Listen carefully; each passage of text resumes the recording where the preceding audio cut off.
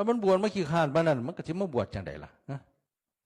บวชแบบบ่ได้ศึกษาธรรมะบวชแบบบ่ได้ประพฤติปฏิบัติบวชซื่อบวชมาแล้วมันจะของบ่ได้สร้างบุญบ่ได้ปฏิบัติ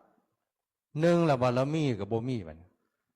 การที่จะไปทำอะไรจะสร้างอะไรจะมีญาติมีโยมเคารพศรัทธาอะไรต่างๆมันบ่มีถามว่ามันปล่อยมันว่างบ่มันก็บ่แม่นบัดนี้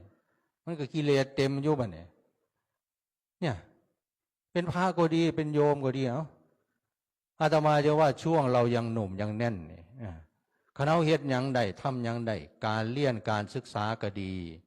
หรือว่าการประพฤติการปฏิบัติก็ดีให้เฝ้าเฮ็ดไว้เพราะว่าต่อไปมันสิเฮ็ดยากต่อไปมันสิลำบากอยากไปเดินธุดงค์ก็ไปบ่ได้แล้วหมดสภาพเนี่ยหมดสภาพ ที่ไปเฮียนที่ไปท่องไปจำคือเขากับบ่ได้แล้วเป็นยัง